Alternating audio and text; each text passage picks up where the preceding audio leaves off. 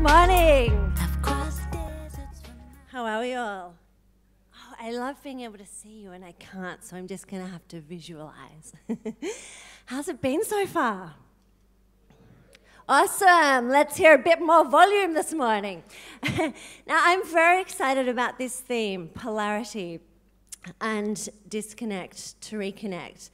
And hopefully I touch on a few of those themes today. So polarity, I have had a lot of that in my life lately.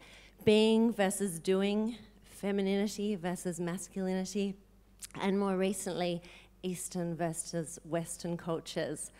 And I'll talk to you about what I've done recently in India, which will help a little bit. Now, who has heard about Collective Hub? Okay, I can see some hands. I get equally as excited when people put their hands up or don't put their hands up, but it's a bit of a crazy journey. I started Collective Hub, a print magazine, 3.5 years ago with 3 staff, all under the age of 25, none of whom had ever worked for a magazine, including myself. And I feel like, can I do something really naughty and ask if the lights can come up in the house? I can't talk to darkness. Is that okay? Or is that going to drive you all nuts? I need to see you. Thank you.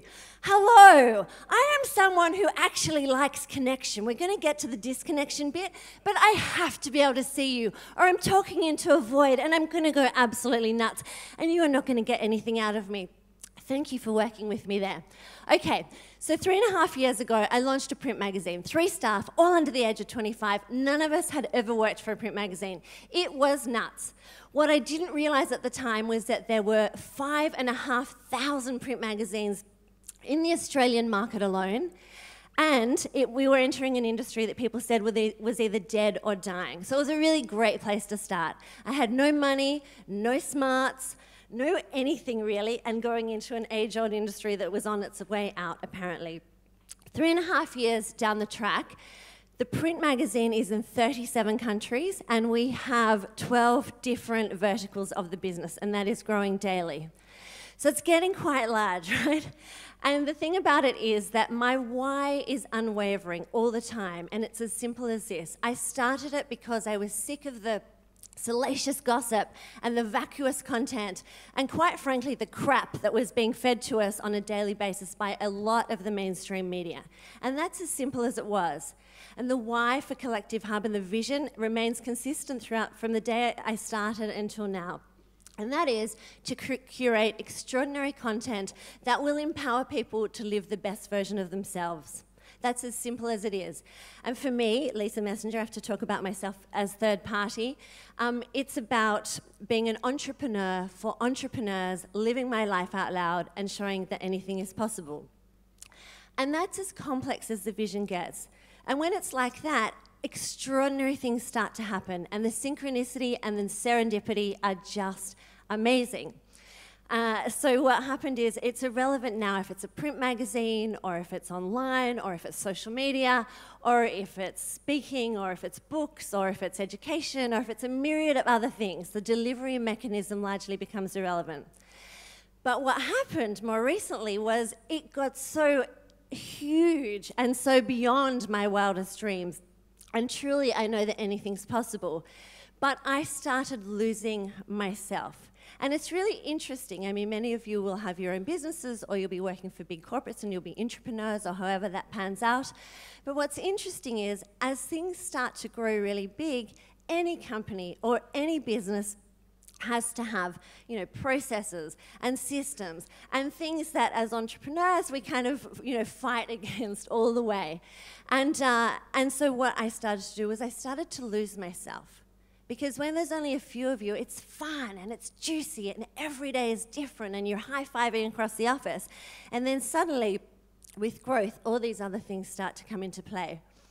And so I got really clear about what's important to me. What am I good at? What am I terrible at? I don't really want to run a big company. I want to be the strategist, the visionary, the person who sets the where we're going next and leads that. I don't want to be the person who's doing the systems and the processes and dealing with salary increases and putting out fires every single day. And so what happened was everything just started to implode. And for a long time, and for probably actually about 3 years, I've had this thing, I'm always about, taking time for ourselves. It's the only way we can function at our highest and best selves. So for the last 3 or so years, for example, I never come to the office before 10 a.m. because I believe there's a big difference between being busy and being productive. When I'm in the office, I'm busy. You can relate to that, right? You go to the bathroom, 5 people stop you, and it's like, can I just? And there's always something that someone needs. So for a long time, I've been very conscious of looking after myself and taking the time and space and disconnecting from that, craziness and the fury and the fast-paced life of being in the office and on all the time. So in the morning, I journal, I meditate, I go for a run on the beach, I drink a green smoothie every single morning. Rituals, right? By the way, the green smoothie is in case I decide to have hot chips for lunch. I feel like if I start the day right, it's okay. So it's whatever works for you. So I had all that kind of going on.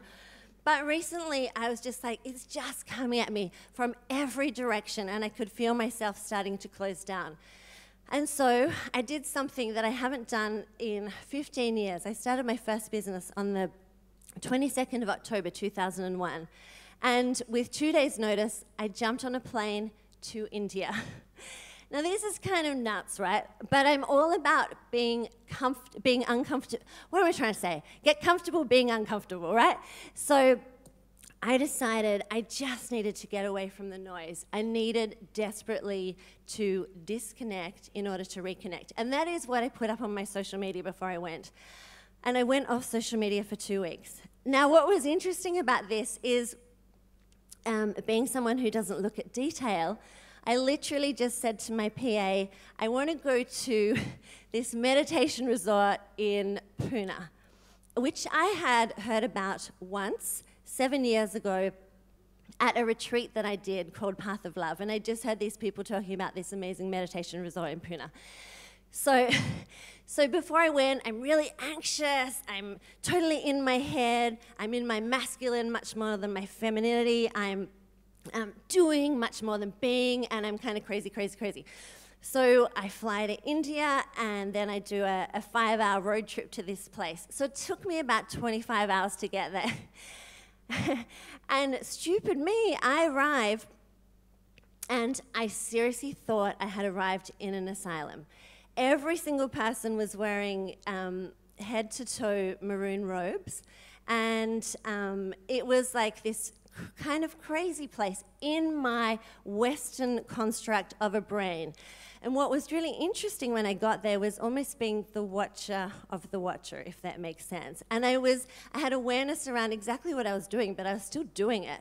I was kind of like, who are these freaky people? What kind of a place have I dropped myself in? Like I found every excuse and every judgment possible pouring out of me.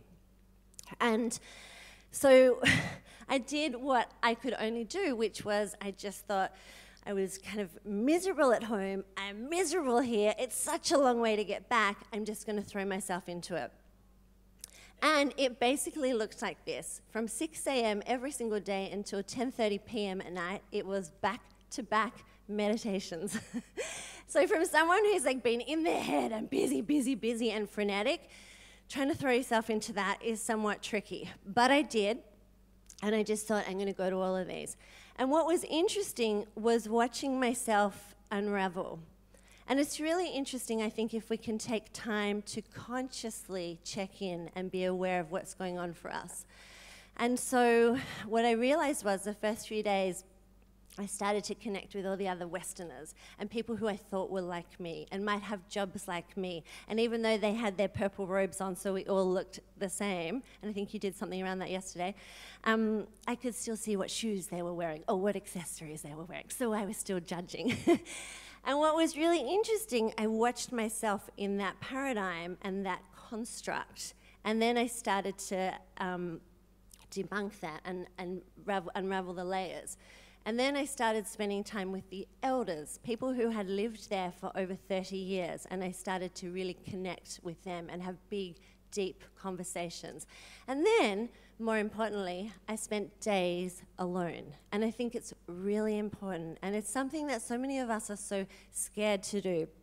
We wear being busy as this badge of honor, right? And for me, it was all about, okay, I'm going to be on my own. I'm going to meditate. I'm going to journal. I'm going to sit. I'm going to remember who I am and what my why is and what's important to me. And it was the most extraordinary time. I'm actually going back to that exact same place for a month in February because I had 11 days there, and it's quite extraordinary to what level you can ascend when you allow yourself to disconnect in that way. Now,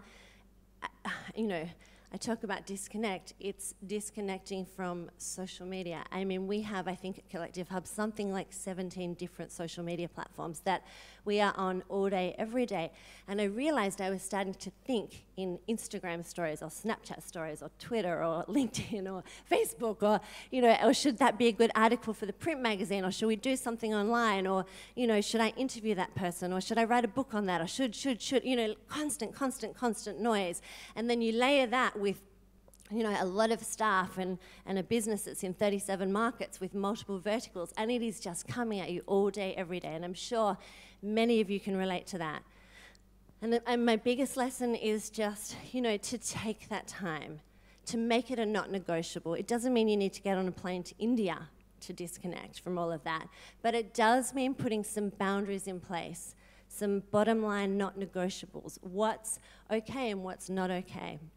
Because I think there's such an irony. I mean, my entire business is about connection. My entire business is about reaching out to people and showing them and empowering them that they can be the best version of themselves. It's all about sharing and shareability and connection. But it's just important, I think, to recognize the difference between that and how we deliver that and how we actually find ourselves again. Now, I have 3 minutes. I think Sarah is going to come out here with Stella and maybe ask me a couple of questions because I wanted an excuse to bring Stella onto the stage. Good morning. Hey. We've got our little wonder baby here. So beautiful. Hello. That's a novelty. About connection, right? Couple of questions. Yeah. And I'm just going to field them from the audience, but not. I'm going to do it telepathically. Okay, good. You are really good at living and breathing and making your mistakes visible. Yes. Talk to us about how you do that energetically. Yeah. Thank you. And I think I feel like I need to hold it while I talk. I think for me, I made a conscious decision to live my life out loud authentically. And I think authenticity is one of the greatest things. I think so many of us hide, and it's so easy, and I've been guilty of this so many times, but we can hide behind all sorts of masks. And for me, I just kind of wear my heart on my sleeve, and I talk about what happens in the moment as it happens through the journey. And that's why I'm kind of being an entrepreneur for entrepreneurs. Because the collective is just a business, exactly like so many other people are running, owning, or being a part of. And my life is kind of playing out in parallel. And so, I am doing that as we go. And I am coming up against all these hardships on a daily basis. People often say to me, oh, so when you, now that you've found your why and you're so on, in flow and everything's just rolling out, it must be so easy. And I'm like, no, it's not. Like now, 100 different things come at me that are hard every day. Maybe one used to come at me every 6 months. But the thing is, I think we don't have choice around what comes at us. We can't control all the craziness that is fed at us every single day. But we do have choice about how we react. And I just try and choose dignity and grace every time, which isn't always easy. And when you're offline for 2 weeks, I don't know about you guys here, but that freaks me out. How did that feel? Extraordinary. Because I was at the point, and no one get to this point.